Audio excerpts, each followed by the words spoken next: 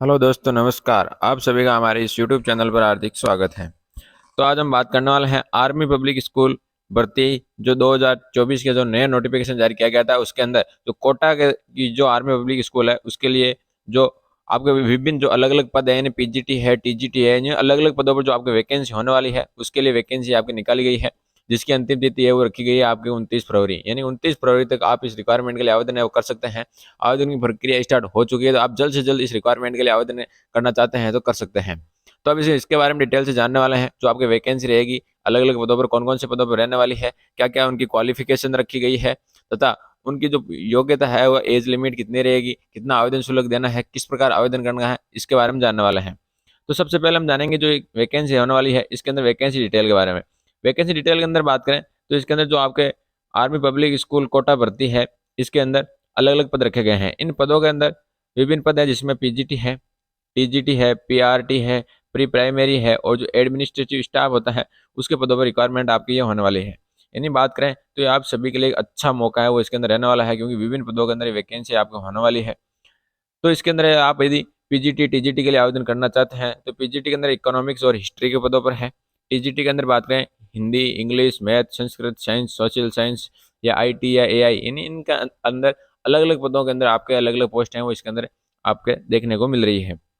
अब बात करते हैं इसके लिए आप यदि आवेदन कर रहे हैं तो आवेदन शुल्क कितना देना होगा। आवेदन शुल्क किसके अंदर हम बात करें तो इसके लिए आवेदन शुल्क है वो आपके 200 रुपये रखा गया है। अभ्यर्थी को जो इसका आवेदन शुल्क का भुगतान है वो इसका भुगतान बैंक ड्राफ्ट या जो आर्मी पब्लिक स्कूल कोटा के पक्ष के जो आधिकारिक नोटिफिकेशन है उसके अनुसार इसके अंदर करना होगा। ये नोटिफिकेशन है, नोटिफिकेशन में हम इसके अंदर देखने वाले हैं आगे कि क्वालिफिकेशन के अंदर आपको नोटिफिकेशन की हमें जरूरत पड़ने वाली है, तो उसके अंदर अलग अलग पद के लिए कितनी क्या क्या क्वालिफिकेशन रखी गई वो भी इसके अंदर हम जानने वाले हैं।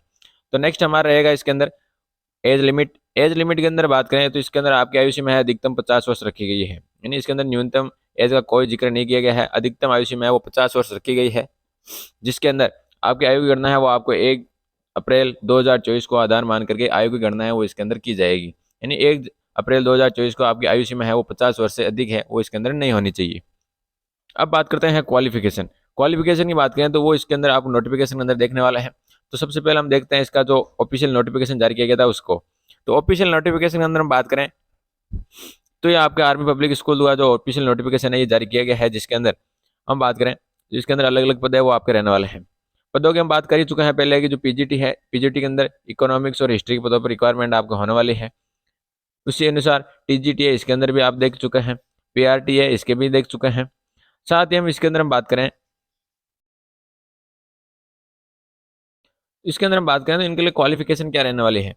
क्वालिफिकेशन की बात करें तो क्वालिफिकेशन इसके अंदर 8 पास, 10th पास, 12th पास, ग्रेजुएशन।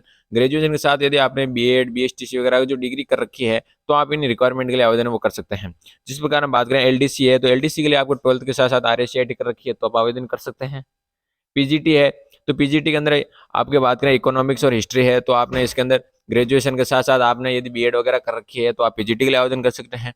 टीजीटी की बात करें तो इसके लिए भी सेम क्वालिफिकेशन आपके रहने वाली है। पीएटी के अंदर बात करें तो इसके अंदर आपको म्यूजिक का स्पेशल जो एक्सपीरियंस वगैरह है या आपने कोई अन्य कोई कोर्स वगैरह कर रखा है म्यूजिक का तो भी आप इसके लिए आवेदन कर सकते हैं। फिर बात करते हैं लाइब्रेरियन है, नर्सिंग असिस्टेंट है, कंप्यूटर लैब असिस्टेंट है, तो इसके अंदर आपको नॉर्मली जो इससे रिलेटेड है उनके अंदर आपको सर्टिफिकेट है या नॉलेज है वो आपको इसके अंदर होना जरूरी है। अब बात करते हैं सिलेक्शन प्रोसेस। सिलेक्शन प्रोसेस की बात करें तो इसके अंदर अभ्यर्थी का जो सिलेक्शन है उस चयन यानी साक्षात्कार के आधार पर आपके होने वाला है, यानी आपका इंटरव्यू लिया जाएगा और इंटरव्यू के आधार पर आपकी जो फाइनल मेरिट लिस्ट है वो इसके अंदर आपके जारी की जाएगी। तो इसके अंदर सबसे पहले आपका साक्षात्कार होगा, फिर डॉक्यूमेंट वेरिफिकेशन और फिर मेडिकल के बाद आपके इसके अंदर आधार है वो इसके आधार पर होने वाला है। अभ्यर्थी को अंग्रेजी बोलने में प्रवीणता अनिवार्य है। अब अभ्यर्थी चयन प्रक्रिया की विस्तृत जानकारी है वो हम इसके अंदर आप देख सकते हैं, यानी आपको नॉर्मली अंग्रेजी का नॉलेज है वो आपको होना चाहिए। यदि आप इसके लिए आवेदन कर रहे हैं तो आवेदन करते समय आपको क्या क्या रिक्वायर्ड डॉक्यूमेंट है वो आपके पास होने चाहिए। तो डॉक्यूमेंट की इसके अंदर बात करें 10th की मार्कशीट, 12th की मार्कशीट, इसके साथ साथ आपने ग्रेजुएशन कर रखी है तो ग्रेजुएशन, पोस्ट ग्रेजुएशन है तो उसकी मार्कशीट, सीटेट या रीट या डिप्लोमा, यानी कहीं कोई डिप्लोमा है तो आप इसके लिए आवेदन है वो कर सकते हैं। अब इसके साथ साथ आपकी कॉमन डिटेल है वो इसके अंदर सेम रहने वाली है। बेसिक सिग्नेचर, फोटो वगैरह है, जाति प्रमाण पत्र है, वो आपके सभी नॉर्मल वैकेंसी की तरह इसके अंदर कॉमन है वो रहने वाले हैं। अब बात करते हैं आवेदन किस प्रकार करना है। आवेदन के लिए इसकी जो ऑफिशियल वेबसाइट है उस पर आपको इसका लिंक आपको नीचे डिस्क्रिप्शन के अंदर उपलब्ध करवा दिया गया है, वहाँ से आप इसकी ऑफिशियल वेबसाइट पर जाएँ।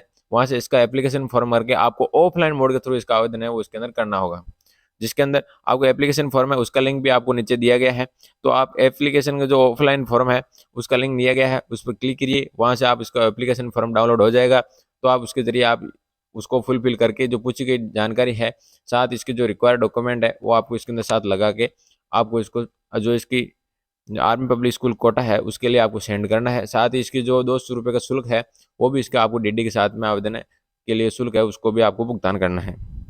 तो अभी तक चैनल को सब्सक्राइब नहीं किया तो चैनल को सब्सक्राइब करके बेल आइकन चालू कर लीजिए, ताकि जो नए अपडेट है वो आपको मिलती रहे।